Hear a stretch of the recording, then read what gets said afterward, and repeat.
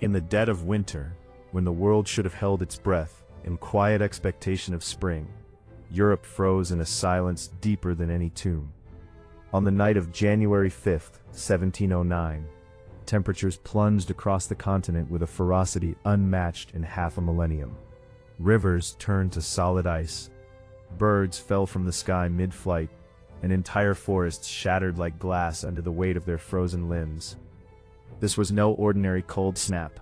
It was the opening act of a long, merciless drama, in which winter itself became the architect of collapse, devouring populations that had once believed their civilizations unbreakable. The air itself seemed to thicken with frost, carrying the faint metallic taste of impending doom, as communities across France, Germany, and beyond awoke to a landscape transformed into a crystalline wasteland. Yet this single winter was merely one chapter in a far greater story of climatic rupture that reshaped human history through centuries of bitter cold. For hundreds of years, from roughly the 14th to the 19th century, the Little Ice Age gripped the northern hemisphere in a prolonged chill that altered weather patterns, shortened growing seasons, and tested the limits of societies built on fragile agricultural foundations. What began as subtle shifts in solar activity, volcanic eruptions, and ocean currents cascaded into a world where summers grew shorter and winters more savage. In Europe, where dense populations depended on predictable harvests of wheat, rye, and barley, the climate's slow betrayal set the stage for irreversible rupture. Fields that had once yielded abundance now struggled under gray skies and unseasonal frosts. The wind carried a sharper bite, and the soil, once rich and forgiving, hardened into reluctant clay. People adapted as best they could, mending tools and reinforcing homes against drafts that whispered through every crack.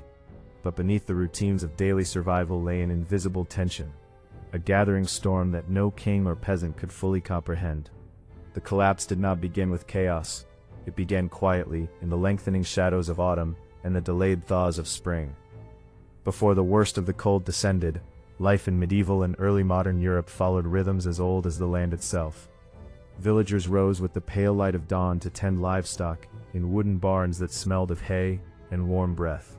Markets bustled with the chatter of traders exchanging grain for tools, while children played in fields still green from recent rains. Bread, the staple of existence, was baked daily in communal ovens, its crusty aroma filling narrow streets lined with timber-framed houses. Nobles hunted in forests teeming with game, and peasants repaired thatched roofs against the coming snows. This was a world of calculated endurance, where every harvest was celebrated with feasts and prayers of thanks. The scent of wood smoke mingled with damp earth, and the sounds of church bells marked the passage of seasons that had sustained generations. Yet even in these seemingly stable times, the land spoke in faint warnings: unusual fogs that lingered too long, rains that fell when they should not, and a sun that appeared dimmer through hazy skies. No one understood what was coming next, for the warnings were scattered like early snowflakes, easily brushed aside in the press of daily labor. Early and visible warning signs emerged gradually, almost imperceptibly, as the climate began its long descent. In the early 14th century, unusually wet and cold summers led to the Great Famine of 1315 to 1317, where relentless rains rotted crops in the fields and turned roads into quagmires of mud. Livestock drowned or starved, and the first tremors of social strain appeared in rising grain prices and desperate migrations. Similar patterns repeated across centuries. The Maunder minimum brought reduced solar activity, dimming the sun's warmth, while massive volcanic eruptions injected ash into the atmosphere, veiling the planet in temporary twilight. Rivers froze earlier and thawed later. Frosts arrived in months when flowers should have bloomed. By the time chroniclers noted these anomalies in their ledgers, the patterns had already embedded themselves into the soil and the air. Communities fortified their stores and prayed for milder seasons, but the invisible hand of climate tightened its grip, eroding the margins of survival that separated abundance from starvation. The collapse did not announce itself with trumpets. It crept forward in the silence between harvests. As decades turned into centuries, rising tension and instability became impossible to ignore. Wars compounded the misery, as armies marched across frozen landscapes during conflicts like the Great Northern War and the War of the Spanish Succession. Soldiers, already weakened by poor supplies, faced blizzards that turned battlefields into graveyards. In civilian life, food shortages sparked bread riots in cities where the poor gathered in angry clusters, their faces gaunt under threadbare cloaks. Grain prices soared sixfold in some regions, forcing families to ration meager portions of bread so hard it had to be chopped with axes. The air in overcrowded hovels grew thick with the stench of illness and despair. Leaders issued edicts to control hoarding and distribute scarce resources, but corruption and inefficiency widened the cracks. Peasants abandoned marginal lands as yields plummeted, swelling urban populations already strained to breaking. The wind howled through empty barns, and the silence of fallow fields carried an unspoken dread. By the time the signs became clear, it was already too late for many to reverse course. Key decisions and mistakes amplified the pressures building within these fragile systems. Rulers distracted by territorial ambitions continued heavy taxation even as harvests failed, draining the last reserves from starving villages. Agricultural practices remained rooted in tradition, with little adaptation to the shortened growing seasons. Forests were overharvested for fuel to combat the deepening cold, stripping the land of natural barriers against wind and erosion. Trade routes froze along with the rivers, isolating communities and preventing the flow of emergency supplies.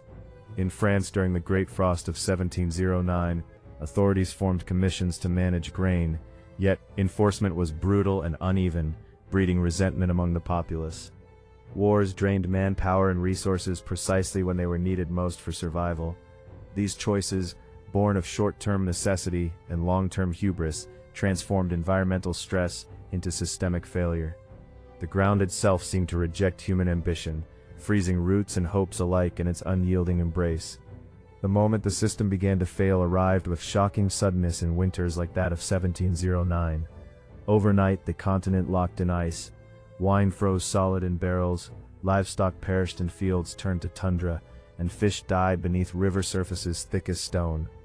In France, an estimated 600,000 people would die from the combined assault of cold, famine, and disease by the end of 1710. The year without a summer in 1816, triggered by the massive eruption of Mount Tambora, brought frost and snow in July, destroying crops from New England to China. Rivers and ports halted, economies ground to a standstill, and the illusion of control shattered like ice underfoot. What had been a manageable seasonal challenge became a total breakdown, as supply chains collapsed and social order frayed at the edges. The silence of frozen markets and empty granaries spoke louder than any royal decree. Human consequences and social breakdown followed swiftly in the wake of these climatic ruptures. Families huddled in darkness, sharing stories by the faint light of dwindling fires, while children wasted away from hunger. Cannibalism rumors spread through desperate villages during the Great Famine, as the bodies of the dead lay unburied in frozen ground. Disease thrived in malnourished populations, with typhus and cholera claiming thousands more. Riots erupted in city squares, where the starving confronted merchants and officials amid the stench of rotting refuse. Migration waves carried the displaced across borders, spreading instability like contagion. In the countryside, abandoned farms crumbled under snowdrifts, their skeletal remains a testament to lives interrupted. Fear hung heavy in the air, a palpable presence that turned neighbors into strangers, and hope into a luxury few could afford. The collapse stripped away the veneer of civilization, revealing the raw vulnerability beneath. The long-term historical impact of these devastating winters extended far beyond the immediate death tolls. The Little Ice Age helped destabilize empires and fuel revolutions, contributing to the conditions that sparked the French Revolution through years of economic strain and popular unrest. In North America, failed harvests in 1816 accelerated westward migration, reshaping the demographic landscape of a young nation. Russia emerged stronger from the Great Northern War, partly because its enemies froze, while its forces endured. Cultural responses included scapegoating, witch trials, and a turn toward more authoritarian governance in some regions. Agricultural innovations slowly emerged as survivors adapted with new crops and techniques, but the scars remained. Populations took generations to recover, and a memory of frostbitten famine lingered in folklore and policy. These winters proved that climate could bend the arc of history, toppling the mighty and humbling the proud in equal measure. Yet even as the ice receded and warmer centuries returned, the echoes of those winters serve as a haunting reminder of nature's indifferent power. Entire villages vanished under drifts of snow and layers of forgotten time, their stories preserved only in brittle parish records and the twisted roots of ancient trees. The silence that once fell over frozen Europe still whispers through history, warning that civilizations, no matter how advanced, remain guests on a planet capable of sudden and merciless reversals. What seems solid and eternal can shatter in a single season of unrelenting cold.